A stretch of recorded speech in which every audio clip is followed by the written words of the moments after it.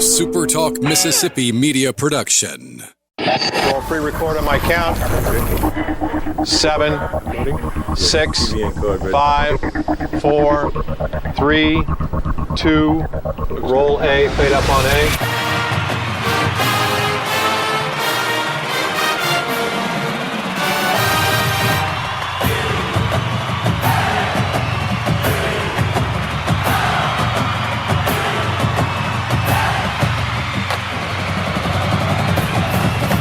Southern Miss to the top. You're tuned in to the Eagle Hour. Okay, let's go. Super Talk Eagle Hour is on the air from the Southern Bancorp studio here in Hattiesburg. Bob and Dima Mixon today. We're glad you're with us. Opening segment of our show every day is sponsored and has been for years by Dickey's Barbecue Pit. It's a great place to cater your next weekend of Southern Miss baseball or basketball or whatever you enjoy, and a great place to take your family for a wonderful meal any day of the week. Jack Duggan's going to join us a little later in the show, Sports Information Director for Southern Miss. Daniel Stewart is our baseball analyst. He joins us every Tuesday. As you know, if you listen to the show, he's a former Southern Miss pitcher. And today, Daniel, Dima's got a big smile on his face. I can't imagine what I really can't smile because of my surgery. Daniel's got the big smile on his face. Dima's had mouth surgery. He can't really smile too much. Yeah, I'll smile for him. What are you smiling about, man? You like that pitching, maybe? Love the pitching. I mean, hitting's been great. As a fan, this is what we expect Southern Miss baseball to be. And right now they're clicking on every cylinder. Don't really see too many weak spots. Of course, beginning of the year, a lot can change, but they're really playing well right now. I want you to break down first, if you will, the starting pitching. I thought it was a little not really what you want in the opening series. Yeah. I thought it looked much better, particularly Colby Allen and Graydon Harris looked much better this past weekend. Yeah, they did. Colby, I still think is kind of making that transition because it's a different mind frame when you're pitching 2 to maybe 3 innings versus trying to go 6 or 7. Still had a good outing, definitely built on his outing against UC Santa Barbara. I think Graydon Harris probably was the best starting pitcher we had this weekend. Really did great against a great Oregon State team. McCarty started Sunday, had, walked a few people, but still looked really good. And the big thing is, our starters leave the game. Our relievers are pretty good behind them. So there's not a lot of concerns there right now. Yeah, it really feels like, if Southern Miss can just get to like 5 runs, they'll be in every game. That's right. They needed 9, of course, to beat Oregon State, but 5 against Purdue and then 5 against Baylor, and that was enough. And so you mentioned Graydon Harris. I think we were talking about this a little bit yesterday, but when Oz kind of looks at his weekend, right, and he can set this up where it's a Colby Allen on Friday and Cross Sibley, right, left, and then you go on Saturday with Graydon Harris and Camden Sundstrom behind him, left, right.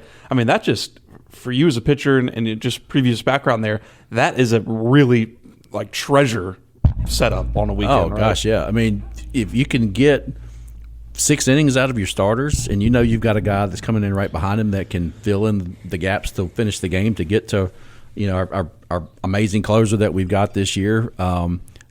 As a coach Ostrander's got to be feeling pretty good. He's not going to tell us he's feeling really good about it. But, just watching the makeup of this pitching staff and this team, whoever's on the mound is going to do a great job. Do you guys agree with me? Colby Allen's a great pitcher, but he doesn't look completely comfortable on the mound right now to me. Yeah, I think it's a sum of what Daniel's saying about kind of transitioning back into that starter role. I think he's been having trouble He definitely had trouble locating a slider against UC Santa Barbara. He was able to locate it a little bit better against Purdue, but I think he gets a little frustrated when he's not seeing the swing and miss as much as he did last season as a reliever because he was coming in, only having to execute 20 pitches, and now they need to stretch him for 60, 70, 80 pitches over 7 innings. So I think his mindset is going to get there. And the good thing is, though, that even in these 2 weeks where he hasn't looked where we all know where he can be, it's still been pretty dang good, right? He's been really good. Right. Gave up 1 run in 5 innings.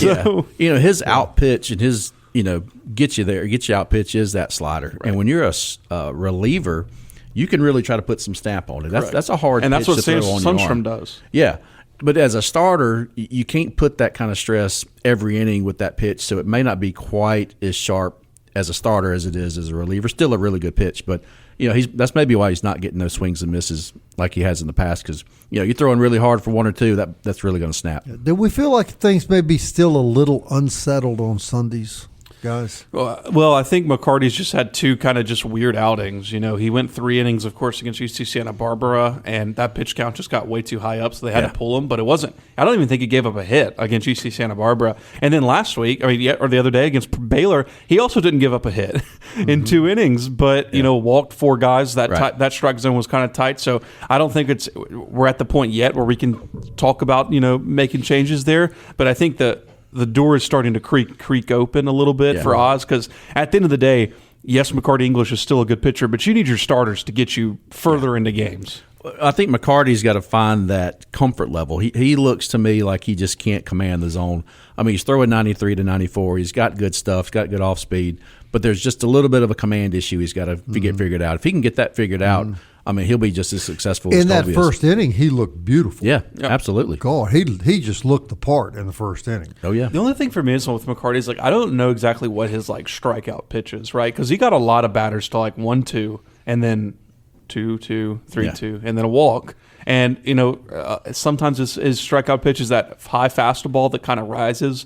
And then sometimes it's his slider or his, off-speed pitch there. But like Daniel's saying, when you're having trouble locate both of those, mainly the batter's just going to be sitting fastball at that point and basically takes everything else. It does. But, Daniel, the bullpen has been smoking on fire. On fire. Unbelievable. There's a couple names that went out there this past weekend I didn't recognize. Man, who is Sam Mitchell? I'd never seen that guy before. Went out through 3 innings, did great. We saw Camden Sundstrom last year. We knew what he's capable of, and he comes out, throws 4 innings, 8 strikeouts against an amazing Oregon State team. So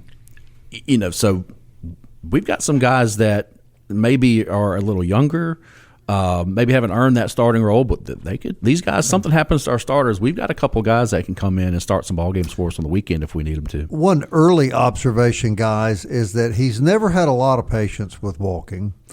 Oz seems to have 0 patience. Walk somebody, if you're a reliever, walk somebody, you're coming out. Well, as a reliever, a lot of times it's situational. You're coming in to do a job.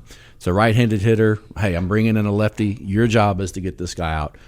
And you walk him, you're on a really short leash. Hit batter, 4-ball walk.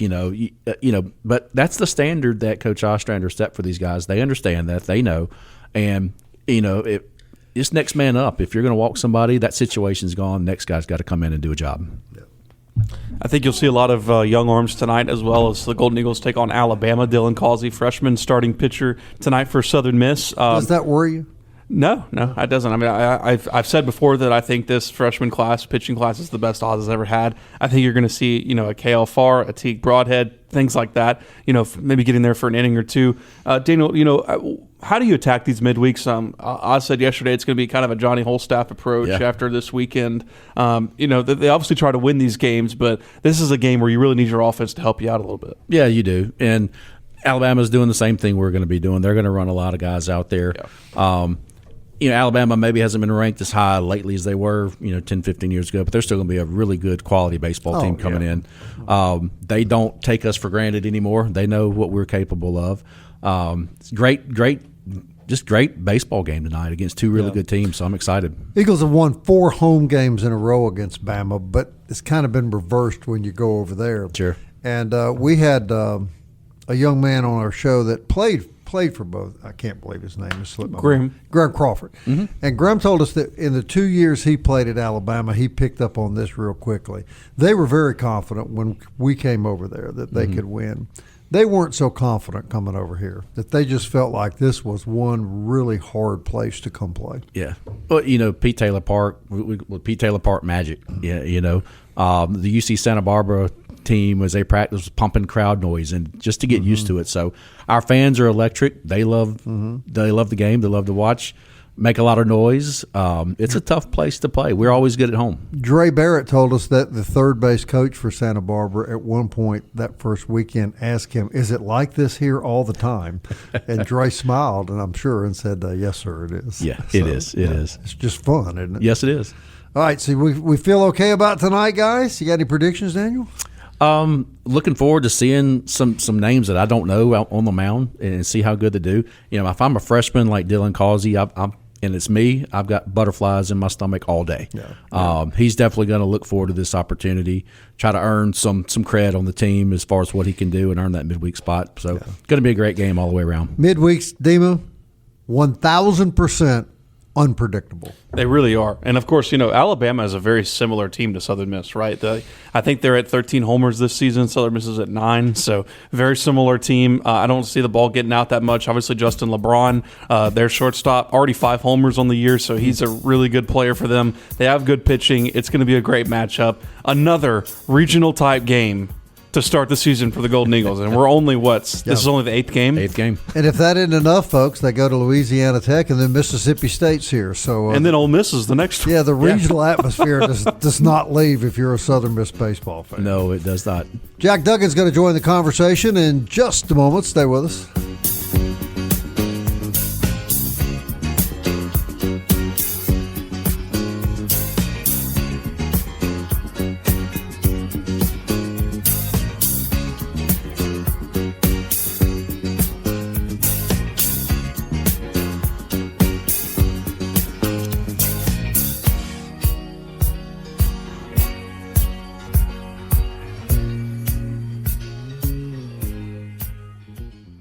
Big news from Robinson Electric Supply in Laurel. We've moved. You'll now find us directly behind our old building, right by Sawmill Animal Hospital. We're still your trusted electrical distributor, carrying everything from conduit to tape. And don't forget our full line of Milwaukee tools. Whether you're a contractor or a DIY pro, stop by the new Robinson Electric Supply at 1222 West 6th Street and see what's lighting up Laurel. Robinson Electric Supply. New location, same trusted service. Southern Miss to the top. To the top. You're tuned in to the Eagle Hour. All right, welcome back. Second segment of the SuperTalk Eagle Hour is sponsored every day by Eagle Tire West. They're out on Highway 98 West. That's where you find Goodyear premium tire products, full auto and truck service, and Matt Warren. He's the boss out there, former Golden Eagle great. Eagle Tire and Eagle Tire West, family owned since 1985. Put something on. That one swung on into left field. It is gone. Home run. Ball folks. 2-run homer.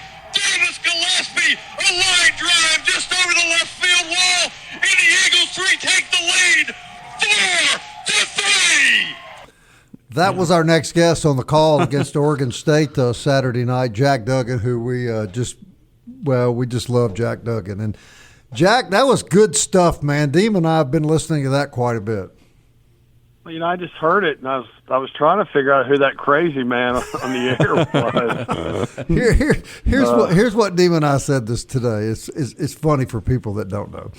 If you go in the Southern Miss press box, Jack is in charge, and Jack is a real pro. I mean, Jack runs a professional press box, and he's always so calm and cool and deliberate about everything. But Jack, I think that soundbite exemplifies the excitement that everyone is feeling right now, and clearly you felt that excitement when Gillespie went yard, didn't you? Oh, I did. I'm not going to lie. It was a big moment and a big ball game, and and that's kind of what I felt like I needed to elicit there. I mean, my day job is a lot different than that job. So, my job was to entertain and describe the action and, just do the best that I could to tell the story of the game. And I tried to do that, and I probably got a little over animated, but, I can get excited sometimes. And, I did get excited in that moment. Yes, I did. Well, Jack, it was awesome to hear, and I guess could you just tell us about the experience out there at Round Rock for you guys? Coach Oz, described it as a quote unquote first class experience, and I guess you would echo that, correct?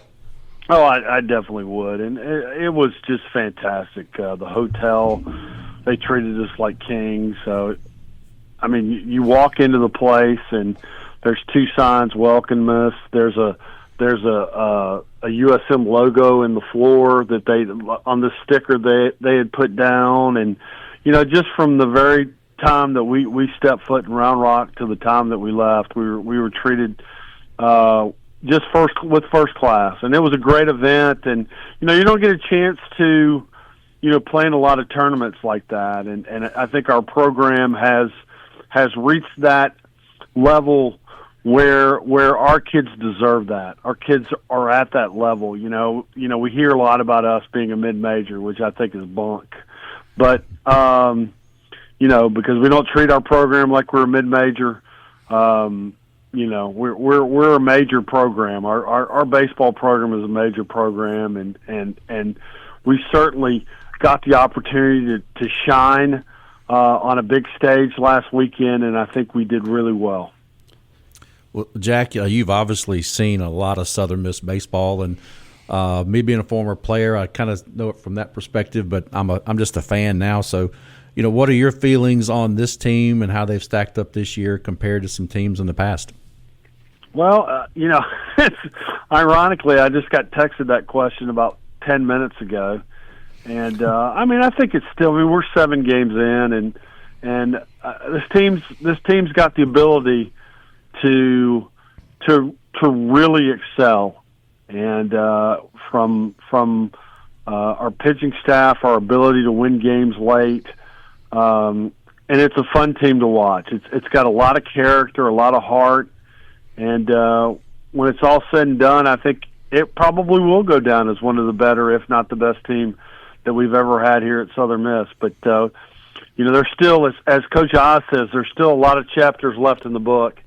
And we just got to go out there and play baseball every day. And the schedule doesn't get any easier, at least not over the next couple of weeks. Bama coming in tonight, and then we go to a very, very tough place to play in Louisiana Tech this weekend. So, there's no rest for the weary. I mean, Eagles, I think we got back to the facility about 2:30 on early Monday morning.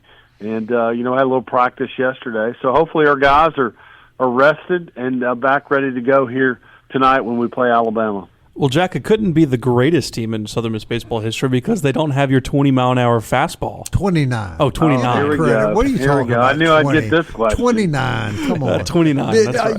Did you hear Hill describing your pitching for us a couple weeks ago?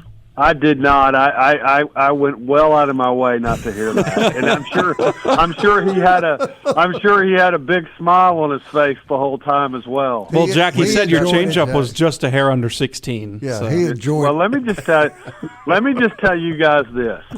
Now, I hate to contradict the great Hill Denson, but when I was 18 years old, I was playing American Legion baseball, and I had pitched that one afternoon, and I was in my head coach's hotel room that evening, and he had said that there was a Red Scout that was at the ball game, and he was very impressed with me. And I thought, here I am. Maybe there is chance for this broken down then young left-hander.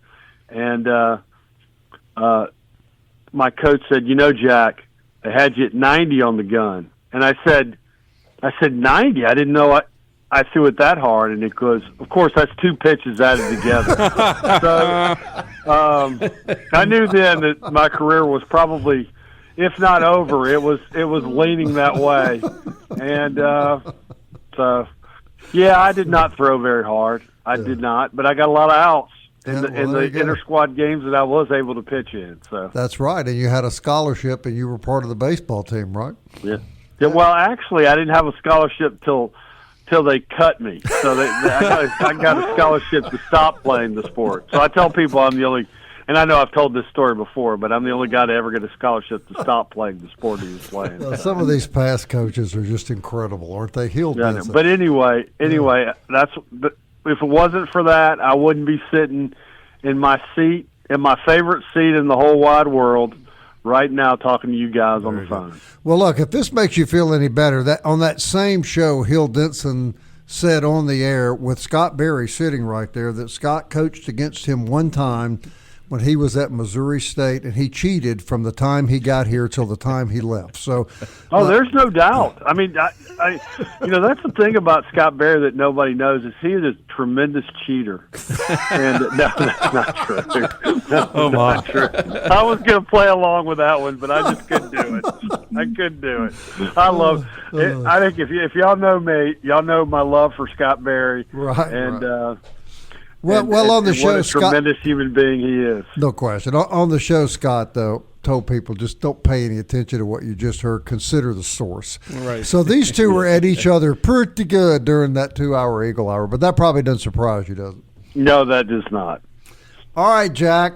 Big Bama in town tonight. That's always a heavyweight fight. We were talking about how unpredictable midweek games are. Just impossible, really, to know what's going to happen. Look ahead tonight. What do you expect we'll see? Well, I think you'll see a bunch of Southern Miss arms. You'll probably see some guys that probably, depending on the situation, may have not even had a chance to pitch this year. I mean, there's still some bullets in the gun that hadn't been able to roll out there yet. So you may see some new guys tonight. You're going to see an Alabama team. They've got a very, very good shortstop in Justin LeBron. You'll see former Golden Eagle come back, Bryce Fowler. He'll probably be in their lineup tonight. And I mean, honestly, I don't know that much other than LeBron and Fowler. I don't know that much about Alabama. I just kind of been sort of recovering from the weekend and getting my stuff done for today, so I hadn't really scouted them very much. But I expect a good ball game tonight. I mean, if you look at the series, the Southern Miss has won the last 5 games over Alabama here at the Pete. So hopefully we can make it number 6 tonight.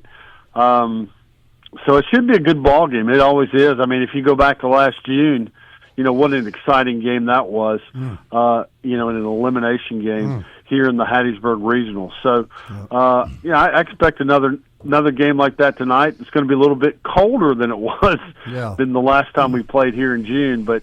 Anybody that comes out, I think they'll be very entertaining. And I'm sure Alabama has not forgotten that Southern Miss eliminated them. I don't normally drink, but after that regional heavyweight fight with Alabama, I had to go over to Fuzzy's and drink a couple margaritas last year. So I'm hoping it's not quite that intense tonight.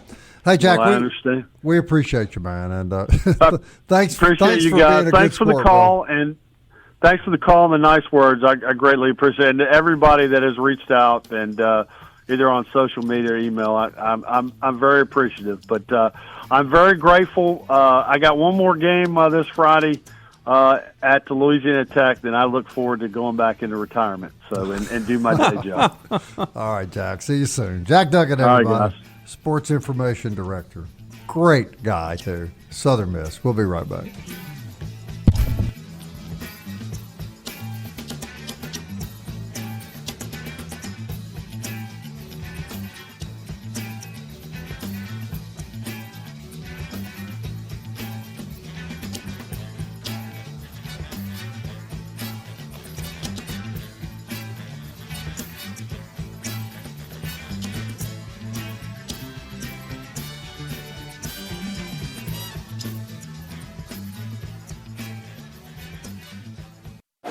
The Eagle Hour. Southern Miss to the top.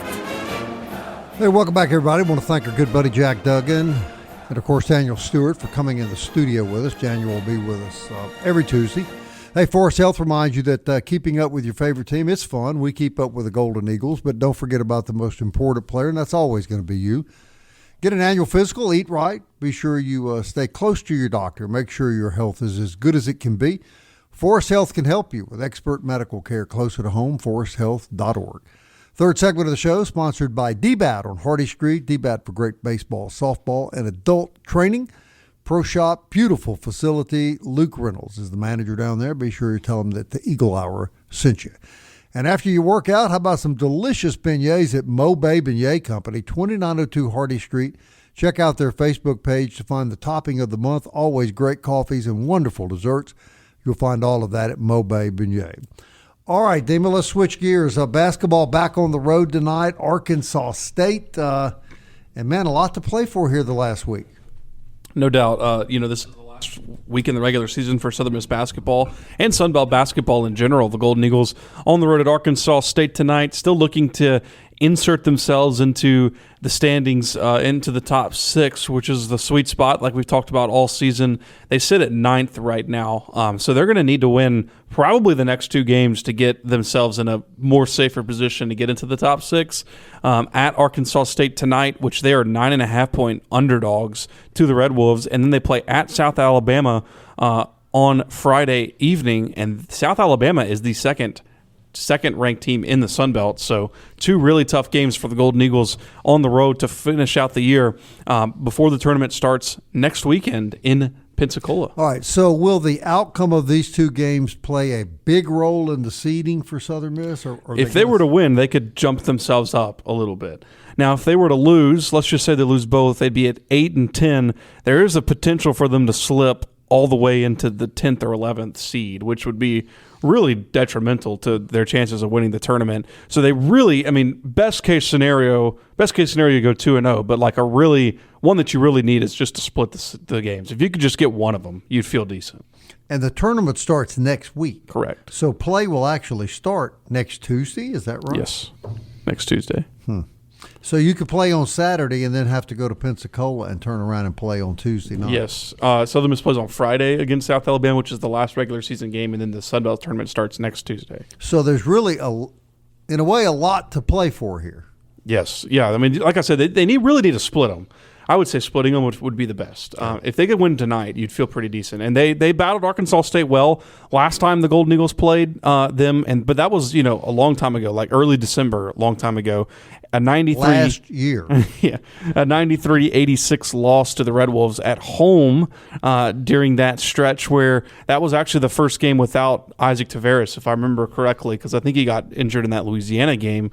So that was, they didn't have Taveras, and they'll have Taveras tonight against the Red Wolves. So you'd hope that the fortune would favor the Golden Eagles in that scenario. But the Golden Eagles are 3-10 on the road this season, so.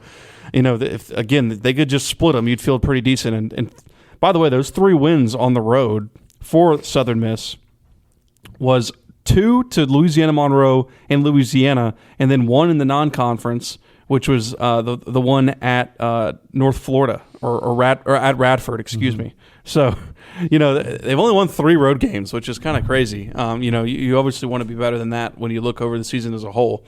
But again, at the end of the day, it really doesn't matter what you did previous to this. Just go win tonight and try to win a game on Friday as well. All right, women on the road as well. Correct, yes. And they play tomorrow night.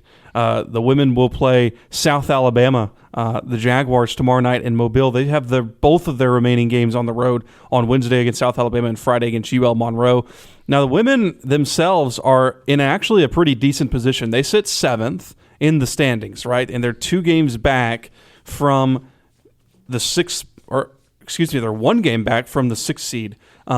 So this is 2 winnable games.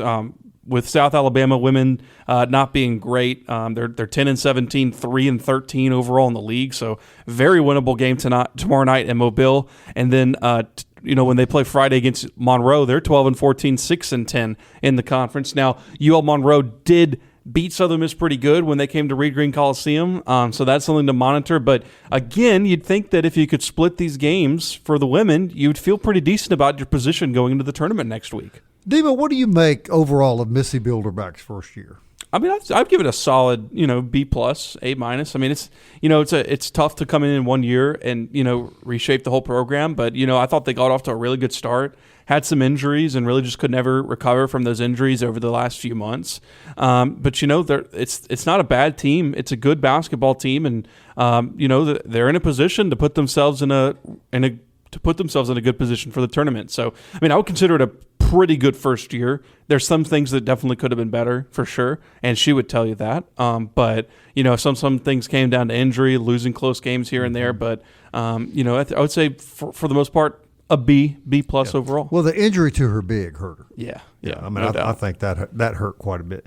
Men, give the men a grade. I'm going to agree with you on the women, and I'm going to give the men about a C. I mean, they're 500, game 1 or 2 ways over 500. Have an opportunity to finish with a winning record, brand new basketball team again. I'm saying C.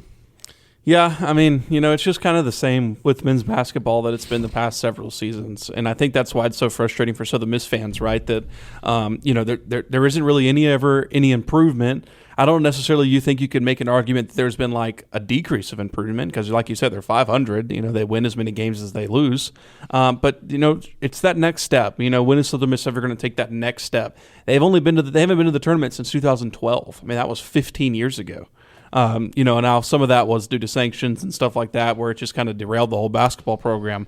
But I mean, you got to start taking that next step. So I mean, I'm with you. Probably in your C and D range, because I think you have to expect a sixth year, 7th-year coach to take that next step eventually. And just haven't been able to do it. And like I said, really the catalyst to their season is just they just can't find ways to win on the road. And if they would win like 50% of their games on the road, they would be like 19-11 right now. So. Yeah. And remember that Donnie Tyndall had a 30-win team that didn't get invited to the NCAA tournament. Yeah, well. So it's an uphill battle. Is my point, right? Sure. Right, and then they've had to play around all the construction. Oh, well. you must need some eye surgery. I had wisdom teeth surgery, but just a joke. All right, so we have baseball tonight, basketball tonight, mm-hmm. and the women tomorrow. So pretty mm-hmm. active going on. Yeah. You got really a Southern Miss game every day this week, right? You got baseball, basketball tonight, women's game on Wednesday, and then you got Thursday night. I think the men. Okay, so nothing on Thursday night, but then you got baseball Friday, women's basketball Friday, men's basketball Friday.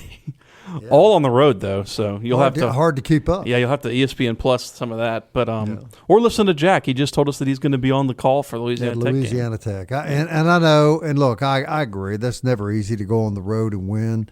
I think we can all agree though that the Southern Miss baseball program has surpassed that of Louisiana Tech.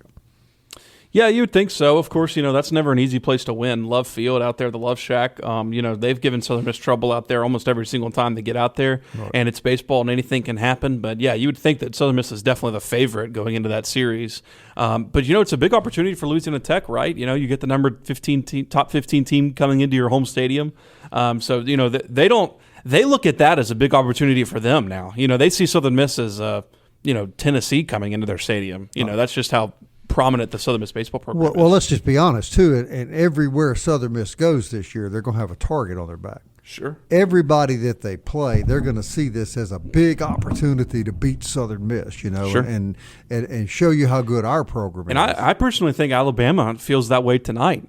Even though Alabama's an 5 SEC straight losses to Southern Miss. Right, like Alabama's an SEC team, yes, but listen, Southern Miss ended their season last year, number one. Number two, everybody's talking about, Alabama hadn't played anybody. Okay, we're going to go play Southern Miss and show you that we played somebody right. So I think you can start to piece that together for Alabama tonight. Mm-hmm. Now, is it going to matter? Probably not. But, who knows? You think they remember that we ended their season last year? I think Bryce Fowler definitely remembers, if I had to guess, considering the heckling he got at the from right field roost. He got a bad one, and then I later learned, though, that when baseball season was over and hunting season rolled around, he was here hunting with Southern Miss players. I think. Really? I think they're all buddies, Awesome. But yeah, I mean, anybody that plays right field or is in the bullpen of the visiting team, don't get your feelings hurt easy, right?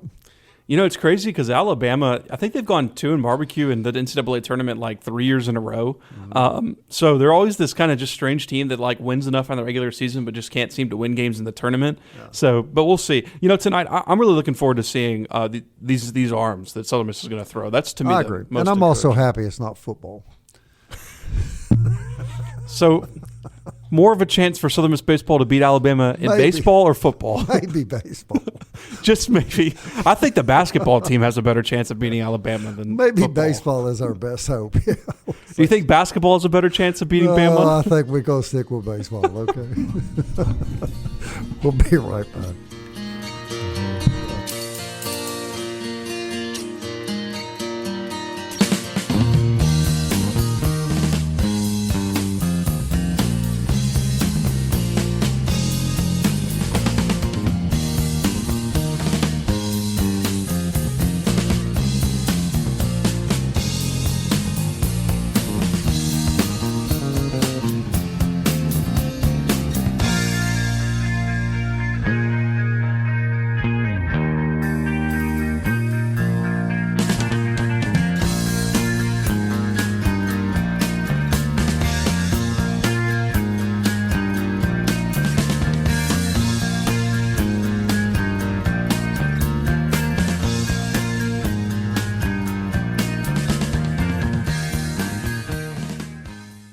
Big news from Robinson Electric Supply in Laurel. We've moved. You'll now find us directly behind our old building, right by Sawmill Animal Hospital. We're still your trusted electrical distributor, carrying everything from conduit to tape. And don't forget our full line of Milwaukee tools. Whether you're a contractor or a DIY pro, stop by the new Robinson Electric Supply at 1222 West 6th Street and see what's lighting up Laurel. Robinson Electric Supply. New location, same trusted service. You're tuned in to the Eagle Hour. The Eagle Hour. Southern Miss to the top. Hey, welcome back to the SuperTalk Eagle Hour. Going to say hello to our good friends at MCS Home Center. That's where you go for home repair, home remodeling, home construction. Everything you need for your next home, whether it be your home, your lawn, or your garden. They got it at MCS Home Center. It's new improvement home center. Local folks eager to help you, 7329 Highway 98 West, Hattiesburg. And owned by a great Southern Miss family. So shop local. And when you're in the market for home repair, home remodeling, make sure you do business with local folks out at MCS Home Center. Genesis of Hattiesburg is the official auto dealer of our program, and we're grateful for that. Genesis sedans and SUVs are all at Mississippi's exclusive Genesis dealership. It's beautiful, Highway 98 West in Hattiesburg. And finally, let me remind you how much we appreciate everybody who finds us every day on the SuperTalk Eagle Hour podcast. Apple, Audible, Spotify, Stitcher, TuneIn, YouTube, or Alexa or Siri will play the Eagle Hour for you. And we're very grateful for everybody that finds our show that way. All right, Demon, news and notes. Joey Urban named Sunbelt Baseball Player of the Week for Week 2. After a 462 week, 6 for 13 with an 8.46 OPS and a 4-0 week for Southern Miss. Scored. He had a home run, a triple, two runs scored, 7 RBIs on the week. So he drove in at least 1 run in all 4 games over the weekend. Last week, buddy. So he's a stick. He's by far the best hitter that Southern Miss has. And you may know this already, but you can thank really, I think, an icon of Southern Miss baseball for having him here, and that is the great Danny Lynch. Sure. They're both from Jupiter, Florida. And Lynch was very instrumental, we understand, in getting that young man from the East Coast here. And boy, Demo, he's probably been the find of the last 2 or 3 seasons, hasn't he? No doubt about it. I mean, he's filled in nicely in that 2-hole when you lost Monaster, of course, from last season, and you just hope that it stays up and it starts elevating to the rest of your lineup, right? You got some guys in there who've had decent starts, and then you've had some guys in there. Do you really want to see some production? Especially starting tonight against Bama. Yeah. Evaluate this, because Southern Miss did lose the center of their defensive team last year, Ozzie Pratt, Monaster, and Jake Cook. Mm-hmm. You're not going to replace Jake Cook. No. But how satisfied are you, because that's that's the most key part of your defensive baseball team. How satisfied are you with how they have patched that big hole? I think the center field or just the whole infield? The whole 3. Yeah. I think it's been okay, right? Like I think there's been some lapses, like you saw in the Oregon State game. I think it was Ty Long, tried to double clutch to second. It was a double play ball, and he tried to double clutch to second, and then Morrison wasn't even on the bag, so then he had to go to first real quickly. Got the out there, but the very next play was a backside 3-run homer to give the Beavers the lead. There's just some things like that where you're just like, oh, Ozzie and Nick would have probably made that play. Right. There is something interesting that, Caleb Stelly, of course, being in center field the last several games, and he was leading off. He didn't lead off on Sunday in that game against Baylor, and they put Joey Urban in center field, or he started in center field. They pulled him in the 7th inning for freshman William Tonsmeyer. They put Tonsmeyer out there in center field, which was very interesting to me. And I'm really interested to see the lineup card tonight to see if Stelly is in the lineup as DH or center field, or if Tonsmeyer, might get an opportunity tonight against Alabama. I don't know if that's an injury thing for Stelly. Of course, he had surgery this fall, was out all fall, came back in the spring. They thought he was back, so I'm wondering if that's kind of bothering him a little bit. We will see. When the lineup card comes tonight, it might be nothing. It might be just me spitballing, and they just wanted to try something. But of course, burning a red shirt there for a freshman in a pivotal moment. We specifically brought up Stelly to Oz yesterday, and he didn't say anything about him being injured. Acted, the response would have led you to believe that nothing was wrong with him. Yeah, and of course that's what we hope. And of course he probably wouldn't have said anything if anything was wrong with him. But right. Yeah, you're right. He does keep it a little close to the vest at times, doesn't he? Well, it's going to be exciting tonight. I'd say this, Dima. I think if it were a typical South Mississippi, February warm night, it would be jam-packed and crazy exciting. I wonder, though, it's going to be really cold. I just wonder how that will affect the crowd. Yeah. I mean, I still expect a pretty decent crowd out there tonight. It might not be, shoulder to shoulder like we've seen in the past at some of these midweek games against SEC opponents, but I still think it'll be a pretty good crowd. Of course, we've kind of been blessed by this great weather for all these baseball games, so it's kind of funny now they finally get a little cold spurt. But, it'll be fun. I'm excited to get out there tonight, and, it's just great. I mean, like I said, this is only the 8th game, and it's like another game where it's just this blockbuster game that Southern Miss is playing in. It feels like we've been playing a month and a half. It really does. And then, like, this weekend, you'll have 3 really good games against a quality Louisiana Tech team. Oh, you think you get a break? No, let me introduce you to the number 4 team in the country, Mississippi State, coming to town. And that'll be a zoo. And then you kind of get finally like a relaxing series against North Alabama. And then you're like, oh, who's next? Oh, Ole Miss coming down to town. So can't McNeese State come to town or somebody like that for a few games? Huh? I think you get a Nichols in there or something. But they always seem to beat Southern Miss. I'm looking forward to that one. Yeah. All right, that wraps it up. You're going to credit Learfield though, right? Oh yes, I do want to credit Learfield Communication for those sound bites that we've been running with Jack Duggan. They of course have rights to the broadcasting, and we really appreciate their willingness to let us use that. That was great, Dave. I'm so glad you found that Saturday night. All right, Travis Creel on the show tomorrow to review the Alabama game, and then we'll be talking some basketball, I'm sure, as well. Stay with us. We'll be back tomorrow at 1 o'clock. Thanks for listening. Southern Miss to the top. Keeps on slipping, slipping, slipping into the future. I want to fly like an eagle to the sea.